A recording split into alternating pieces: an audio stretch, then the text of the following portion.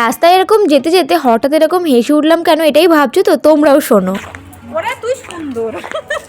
সকাল সকাল এরকম কথা শুনে মনটা একটু বেশি খুশি হয়ে গিয়েছিল। তারপর চলে গিয়েছিলাম জিমে ভালোভাবে ওয়ার্কআউট করে চলে আসলাম বাড়িতে। আজকে ব্রেকফাস্টে ছিল রুটি আর ফুলকপি, সেটাই খেয়ে নিলাম। আজ করব শ্যাম্পু, শীতকালের সব থেকে বড় কাজ, অনেক সাহস নিয়ে করতে চলেছি। আর শ্যাম্পু করার আগে আমি মাথায় একটু তেল মাখি, নর্মাল নারকেল তেলের মধ্যে মেথি দিয়ে সেটা একটু গরম করে নিয়ে আমি মাথায় লাগিয়ে নেই। সারা সপ্তাহ চুলে তেল না দিলেও শ্যাম্পু করার আগে একদিন অবশ্যই তেল দিও। যত চুলে তেল দেবে আমাদের চুলের গোড়া তত ভালো থাকবে। আর তেল দেওয়ার পর চুল কখনো আঁচড়াবে না, নর্মাল খোপা করে নেবে। তারপর এখানে আমার শ্যাম্পু করা হয়ে গেছে। স্নান করে উঠে এত ঠান্ডা লাগছিল যে একেবারে জ্যাকেটই পরে নিয়েছে। আমি ইউজ করি লরিয়ালের এই সিরামটা, এটা আমার চুলে ভীষণ পরিমাণে শুট করেছে। আর এর গন্ধটা এত ভালো যে আমি নিজেই পাগল হয়ে যাই গন্ধে। তোমরাও চাইলে এই সিরামটা একবার ইউজ করে দেখতে পারো, আমার তো ভীষণই ভালো লাগে। তারপর চলে গিয়েছিলাম ছাদে একটু চুল শুকানোর জন্য। নতুন বছরে নতুন অভ্যাস শুরু করেছি, চেষ্টা করছি দিনে 30 মিনিট একটু বই পড়ার। দেখা হচ্ছে আবার কাল, টাটা।